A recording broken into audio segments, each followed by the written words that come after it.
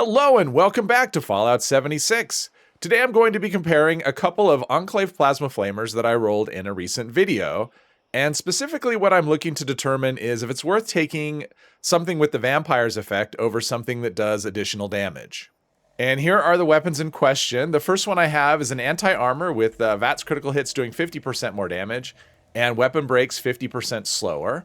Anti-armor, one of my favorite effects, is very solid for extra damage, and I do love having extra critical damage on my second star. The only issue with that is that the Plasma Flamer does have a very high AP cost. You can see down there it's 30, and my current AP, I can do about 10 shots, and then I run out of AP.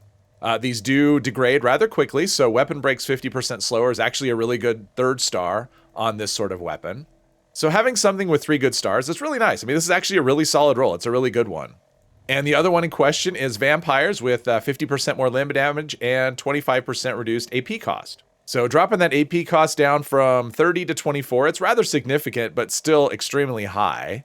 And restoring 2% health over 2 seconds with each hit, that on paper doesn't really sound like much. And so what I want to determine is actually a couple of things. First of all, when I'm using the anti-armor weapon versus the vampires, is the extra damage I'm getting from anti-armor, is it actually going to be something that I'll notice? And the other thing is that with the vampire's effect, when I'm using that weapon, does it feel like my survivability has gone up significantly by using that? Now, the build I'm using is just my typical commando build. I have all the commando perks maxed out along with Tank Killer. We've got Tenderizer to increase damage. I have also got 1 rank of all the science perks just to give a little bit of a boost. It actually doesn't make a huge difference, but I have the space for it, so why not? We have Adrenaline to increase damage as much as possible. Now, one note on this is I've used this a little bit, and something is broken with the Plasma Flamers and Gun Fu, and I'm told it's this way with regular Flamers as well, but I haven't tested that. The swapping on targets works, but what I found is the next target, when it swaps to another target, it actually doesn't do any damage. So for this test, I'm gonna take Gun Fu off just so I don't run into that. So I've got better criticals and critical savvy. I'll be using these in and out of VATS just because you do run out of AP rather quickly.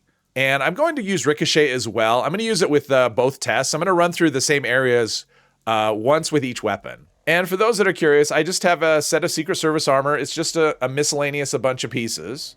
So the first weapon I'll be using is the anti-armor. And the plan for me is I'm going to do just a couple of areas. I want to test this against a group of enemies, such as super mutants. And then I want to test against a big enemy. And then I'll repeat the process with the vampire weapon. That was rather quick. One thing I do like about the Enclave Plasma, I got back 14 rounds and I only used 4. So that's kind of nice. But my plan is to I don't want to use any stim packs or anything because I really want to see the difference in terms of what my health bar looks like in both areas with the healing and without the healing. So we're doing all right so far. We're taking a few hits here and there. I mean, my resistance is pretty high. And one of my thoughts is with the anti-armor, you kill things quicker. And so you're actually taking less damage. And that's kind of the idea. It's like health preservation versus health restoration. But yeah, my health is more than half gone at this point. Now, one thing you could do is, I do have sneak perks equipped because I do run a suppress weapon as well with this weapon, with this build. Okay, so there's my health, probably 75% gone. Obviously, I could have used a stim pack, no problem. I could have equipped Born Survivor, so survivability really wasn't an issue in this case. Now, I would expect this area to go a little differently in terms of survivability, especially against the Mirelurk Queen. But there we go.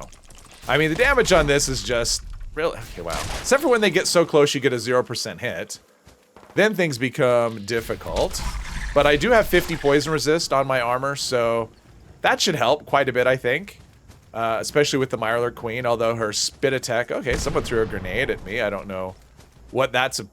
Okay, there was a Mirelurk King. I was running at it and it just vanished. It didn't go invisible, it didn't cloak, it just, as near as I could tell, disappeared from the world. So, okay, that's not a fight I'm going to be able to do. I'd really rather not fight her on her turf, but it looks like we have no choice. Unfortunately, they don't, let's see here. Okay, let's do this. Get up on land, get some, whoa, okay. But you can see the damage is really good, but wow, she does so much. So even with poison resist, she still does crazy amounts of damage. And now I'm blind and I'm probably going to die. All right, so we have respawned and our health is back to full. Maybe we can not die again. Oh, wow, her health is still... We didn't do much, did we? So, there we go. It feels like maybe she regened a little bit, because, I mean, her health is going down so quickly, so... There's that, but yeah, without the... Alright, so I think her spouts are kind of crippled at this point. And the nice thing about these, they hold so much... Oof. So I took, what, 1.8 health bars fighting her. So now we are going to do the same couple of areas again, only this time we are going to use the Vampire's Plasma Rifle. And I will be doing it the same way. I will not be using stim packs at all, and we'll see if there is much of a difference that we notice. We used 4 rounds before, so we use a little more ammo on that one. All right, let's see how we do here. I mean, stuff still dies very quickly, though. So for the... okay. For the wow, okay. That is one thing about the Vampire's effect. It doesn't heal... I don't think it heals broken limbs. I don't know. But they kind of heal on their own anyway over time in this. But yeah, my health is definitely... I mean, that 2% doesn't really seem like much. It's about... I think my health is right around 300. So 2% equals like 6 health, which isn't a whole lot. But, you know, 6 health here, 6 health there. I would definitely... Well, not going to say definite, but it does feel like the anti-armor was a bit stronger. Now, I didn't keep exact track of how much ammo I was using, but it was... I have used more with this run as well.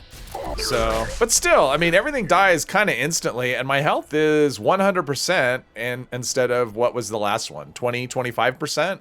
So it does make a bit of a difference. I don't even think about stim packs on this run.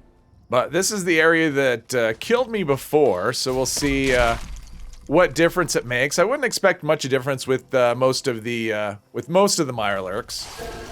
Everything still goes down really easily. But yeah, out of AP. Oh, we got a flap limb, which nothing I could do about that. So at least we're getting consistency. The Mirelurk King, the level 75, glitched out and disappeared on this one as well. So the run should be pretty comparable in terms of this area. Let's go around and fight her on land if we can and see how it goes. I would expect it to go better.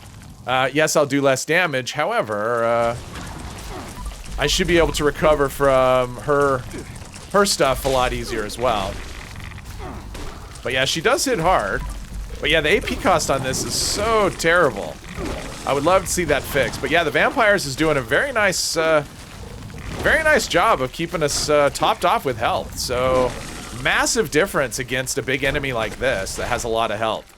And there you have it, a quick unscientific comparison between 2 different versions of the same weapon. I would say that the anti-armor, the extra damage is noticeable. Not by a huge amount, but it's definitely noticeable, especially when I was looking at the ammo counts. I was using more ammo with the Vampires than I was with the anti-armor. But overall, the healing that you get from the Vampires is really good, especially against a big enemy where you're constantly hitting them, so you're constantly getting that, 2% regeneration. So between the 2 of these, I definitely say on this weapon specifically, I would prefer the Vampires. I mean, they both do a lot of damage, even though the anti-armor does more. The Vampire still does a lot of damage, and getting that healing is really nice. Hopefully you enjoyed this video. If you did, please hit one of the buttons down below. And I hope you'll join me in the next one. Thank you very much.